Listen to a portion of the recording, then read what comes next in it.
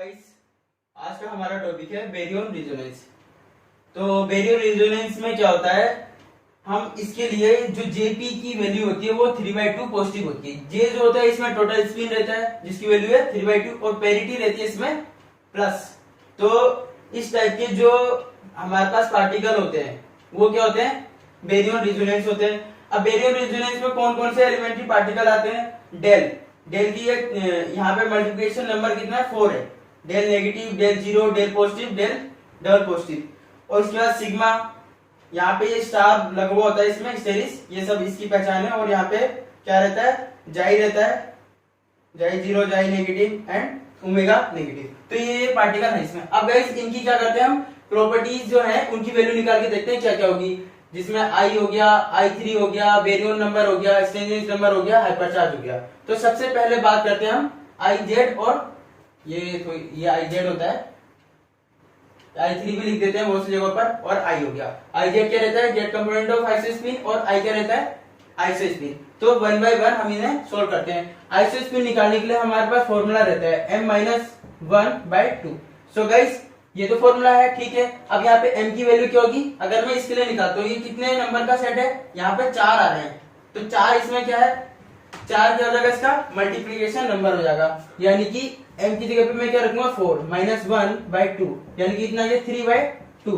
सो 3/2 किसकी वैल्यू आई, यहाँ पे I की वैल्यू आई। तो यहाँ पे सभी के लिए 3/2 वैल्यू हो जाएगी I की, 3/2।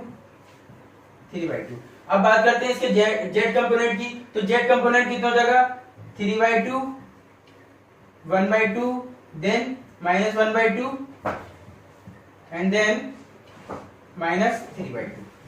तो ये इसके लिए वैल्यूज हो जाएंगी। अब गाइस अब क्या बात करते हैं, बेरियन नंबर की बात करेंगे। तो बेरियन नंबर कितना होगा इसमें, ये सब क्या है, बेरियन ही है। तो बेरियन नंबर कितना हो जाएगा, 1 1 1 1। अब स्ट्रेंजेस निकालना है। स्ट्रेंजेस निकालने के लिए क्या करेंगे, हम पहले हाइपरचार्ज निकाल लेते हैं। हाइपरचार्ज के लिए हमारे पास फॉर्मूला क्या था, 2q बार। और जो q बार है वो कितना होता है, इसमें एवरेज चार्ज होता है। एवरेज चार्ज कितना होगा इस पे, +2 +1 0 और -1। अगर मैं इसका एवरेज निकालूं तो कितना हो जाएगा, 2 × +2 +1 फिर 0 और -1। कितने पार्टिकल है ये, 4। तो इसका एवरेज निकालेंगे कितना हो जाएगा, ये हो जाएगा हमारा 2/4, यानी कि 1/2।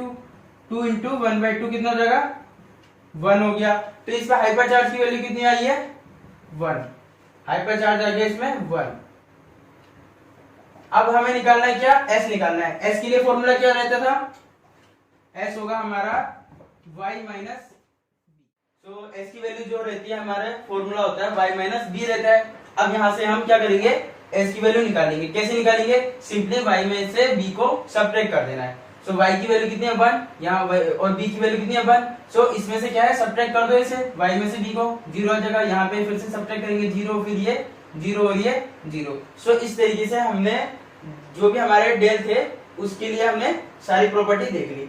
अब क्या बात करेंगे, यहाँ सिग्मा के लिए निकालेंगे। तो सिग्मा भी बहुत सिंपल है, ये ट्रिपलेट है।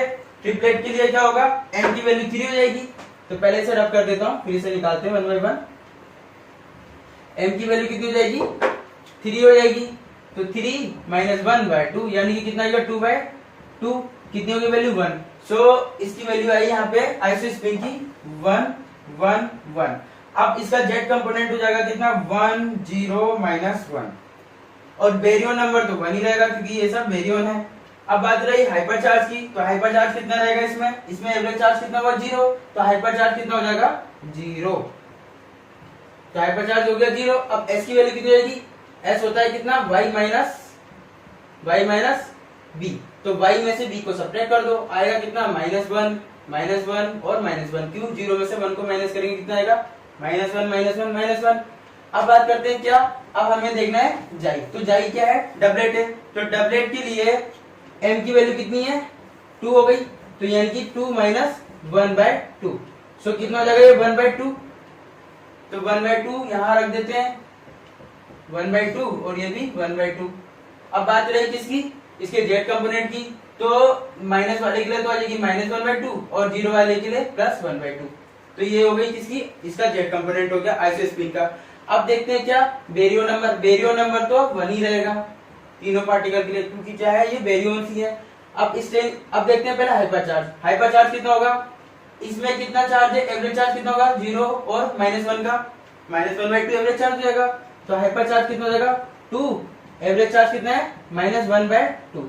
इससे अगर मैं इसे काटूंगा तो कितना आ जाएगा -1। सो -1 कितना आ गया इसका बेरियन नंबर। अब हमें क्या निकालना है, स्ट्रेनजेस नंबर, ये होता है हमारा y - b, s = y - b होता है फॉर्मूला। तो y की वैल्यू -1 है और इसमें से b सब्ट्रैक्ट करना है। तो -1 में से जब 1 सब्ट्रैक्ट करूंगा तो कितना आएगा -2। तो ये आ गया -2। इसी तरीके से इसके लिए भी -2 आ गया। तो जो जाई नेगेटिव और जाई 0 के लिए s की वैल्यू कितनी है -2। अब इसी तरीके से हम क्या करते हैं, ओमेगा नेगेटिव के लिए वैल्यू निकालते हैं। ओमेगा नेगेटिव के लिए जब वैल्यू निकालेंगे तो इसके लिए i कितना होगा, ये तो सिंगलेट है तो i कितना हो जाएगा m-1, यानी कि 1 - 1 0। तो ये हो गया 0 और iz भी हो गया 0। अब बात करते हैं बेरियन की, बेरियन तो 1 ही रहेगा। अब बात करते हैं हाइपर चार्ज की, तो हाइपर चार्ज कितना आएगा इस पे, y = कितना होता है 2 q एवरेज। अब 2 q एवरेज कितना होगा, टोटल चार्ज कितना है इस पे -1, और एक ये सिंगलेट है तो सिंगलेट को किससे डिवाइड करेंगे 1 से ही रहेगा। तो ये कितना हो गया -2 हो गया हाइपर चार्ज -2।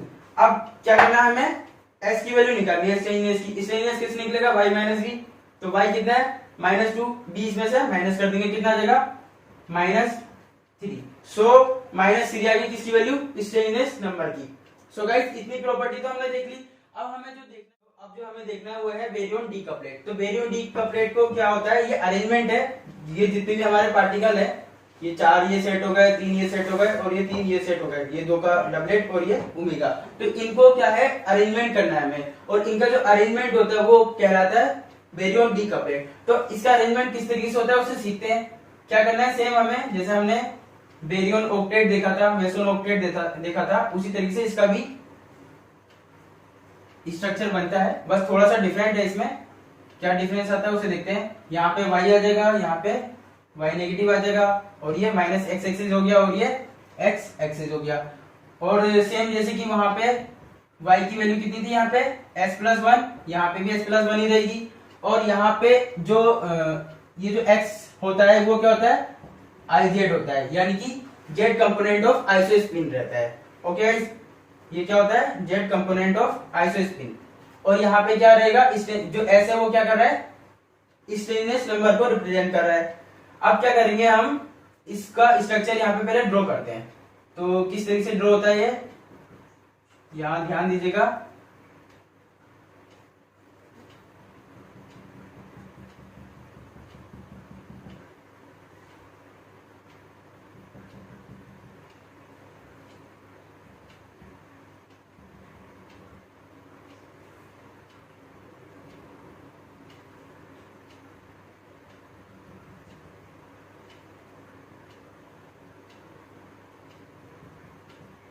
ये इसका कुछ इस तरीके से स्ट्रक्चर बनता है। तो यहाँ पे क्या होगा हमारा, यहाँ पे तो रहते हैं क्या, यहाँ पे 2 पार्टिकल आ जाएंगे हमारे, यहाँ पे 1 पार्टिकल आएगा, यहाँ पे 3 पार्टिकल आ जाते हैं, और यहाँ पे 4 पार्टिकल आते हैं। कैसे, एक तो यहाँ अरेंज होगा, एक यहाँ अरेंज होगा, एक यहाँ अरेंज होगा और एक यहाँ अरेंज होगा। अब यहाँ पर जो आई की वैल्यू होगी वो कितनी होगी, और यहाँ पर आई की वैल्यू कितनी होगी, ये सब हमें इसमें चेक करना है। तो कितनी कितनी वैल्यू है वो चेक करते हैं। यहाँ पे इसे एक बार सही से बना लेते हैं, फिर उसके बाद बात करेंगे कि क्या कौन से पार्टिकल कहाँ पर आएंगे और किस तरीके से अरेंज होंगे। तो ये बन गया। अब बात करते हैं कि यहाँ पे जैसे मैंने एक्स एक्सिस पे क्या बोला है, यहाँ पे जेड कंपोनेंट ऑफ आइसोस्पिन आएंगे। तो जेड कंपोनेंट ऑफ आइसोस्पिन की वैल्यू किस पॉइंट पे कितनी कितनी होगी वो हम देखते हैं। तो यहाँ पर तो इसकी वैल्यू होती है -1, और यहाँ पर होगी कितनी 0। आई जेड की वैल्यू यहाँ पर हो जाती है 0, और यहाँ पे हो जाती है आई जेड की वैल्यू कितनी, यहाँ पे हो जाती है +1। सो गाइस ये याद रखना है। सॉरी यहाँ पे थोड़ी सी मिस्टेक हो गई। एक्चुअली इस पॉइंट पे होती है आई जेड की वैल्यू -1 और यहाँ होती है आई जेड की वैल्यू -3/2 और इस पॉइंट के लिए होती है आई जेड की वैल्यू -12 और यहाँ पे तो 0 और यहाँ पे कितनी हो जाएगी इस पॉइंट के लिए +12 और इस पॉइंट के लिए कितनी हो जाएगी, इसके लिए हो जाएगी +1 और यहाँ कितनी रहेगी 3/2। तो ये पॉइंट हमें ध्यान रखना है। यहाँ कितना है आई जेड है हमारा 1 और यहाँ आई जेड कितना है ये ½ तो ये पॉइंट तो हमने देख लिया है। अब बात करते हैं कि यहाँ पे s की वैल्यू कितनी होगी। यहाँ पे s की वैल्यू रहती है 0 इस पॉइंट के लिए s होगा 0 सॉरी s होगा यहाँ पे -1 और यहाँ पे s कितना होता है 0 होता है इस पॉइंट के लिए। और जो हमारा ये दूसरा पॉइंट आ रहा है इसके लिए यहाँ पे s की वैल्यू रहती है -2 और ये जो थर्ड पॉइंट आ रहा है इसके लिए s की वैल्यू रहती है -3। ओके गाइस, अब क्या करना है, ये जो स्ट्रक्चर बना है इसमें हम अपने पार्टिकल को अरेंजमेंट करेंगे, बेरियन को अरेंज करेंगे। तो कौन कौन से बेरियन है, ये हमारे पास रेजोनेंस बेरियन है, तो इसको हमें अरेंज करना है इस स्ट्रक्चर में। इस स्ट्रक्चर के अरेंजमेंट को ही क्या बोलते हैं हम, बेरियन डिकपलेट बोलते हैं। तो जब भी हम अरेंजमेंट करेंगे तो वो क्या करेगा, इन प्रॉपर्टीज को सेटिस्फाई करेगा। तो क्या करते हैं, अरेंज करते हैं। यहाँ पे मैं क्या रखूं, यहाँ पे जो भी पार्टिकल रखूंगा उसके लिए जो आई जेड है उसकी वैल्यू कितनी होनी चाहिए, -3/2 होनी चाहिए। अब और यहाँ जो रखूंगा उसके लिए +3/2 होनी चाहिए। तो +3/2 इसके लिए वैल्यू आई थी और -3/2 इसके लिए वैल्यू आई थी। तो माइनस इसको मैं इधर रख देता हूं और प्लस को मैं यहां रख लेता हूं। और इसी तरीके से यहां पर आ जाएगा हमारा 0 और यहां आ जाएगा डेल प्लस। अब इसके लिए जो वैल्यू आई थी वो कितनी थी, -12 थी और इसके लिए कितनी आई थी, +12 थी। तो ये सारी वैल्यू यहाँ पे फिट हो गई और s की वैल्यू तो करेक्ट है, 0 ही आई थी इसके लिए। तो ये क्या है, सेटिस्फाई हो रहा है। अब बात करते हैं किसकी, सिग्मा के लिए।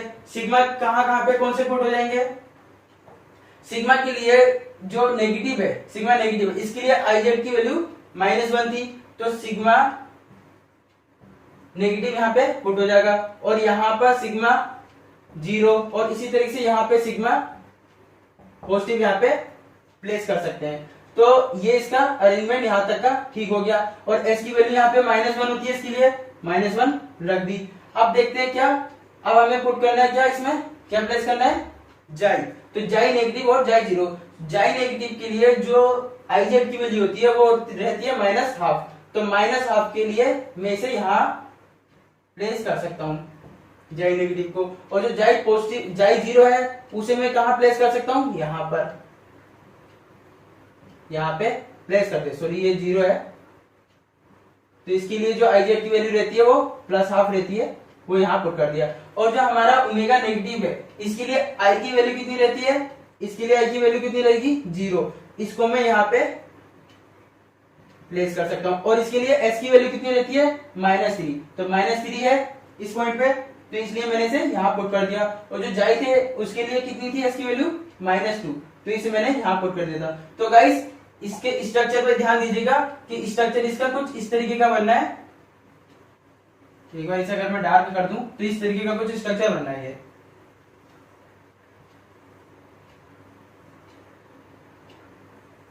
कुछ यही तो स्ट्रक्चर बनना है ये।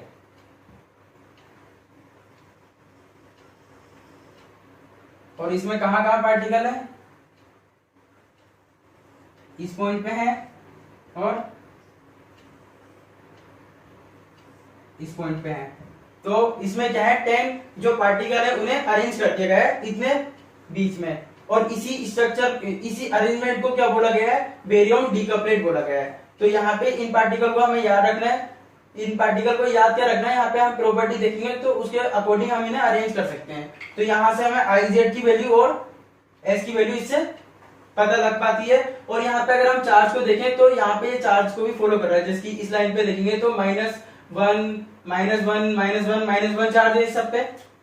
इस लाइन पे कितना चार्ज है, q = -1। तो ये प्रॉपर्टीज भी यहाँ पे फॉलो होती है। और उसके बाद अगर मैं इस लाइन को देखूंगा तो यहाँ पे ये लाइन में कितने चार्ज हैं, कितना चार्ज है इस पे, Q इक्वल टू 0। इसी तरीके से अगर मैं इसको देखूं तो यहाँ पे चार्ज कितना है, +1, और यहाँ पे चार्ज कितना है, +2। सो ये इस चीज को भी यहाँ पे सेटिस्फाई करेगा, जैसे कि हमने अपने बेरियन ऑक्टेट में देखा था। तो उस तरीके से यहाँ भी हम 3 प्रॉपर्टीज को देख सकते हैं। सो गाइस, ये तो रहा हमारे बेरियन डीकपलेट, और ये अरेंजमेंट को यहाँ पे जो हमारे पार्टिकल है रेजोनेंस पार्टिकल, इसका जो अरेंजमेंट होता है इसे हम बेरियन डीकपलेट बोलते हैं। सो गाइस, अगर आपको ये वीडियो पसंद आई हो तो इसे लाइक जरूर कीजिएगा, और अगर आप चैनल पे हैं तो सब्सक्राइब कर दीजिएगा। जब तक अगले थैंक यू, नेक्स्ट वीडियो बहुत जल्दी आएगी। Thank you guys.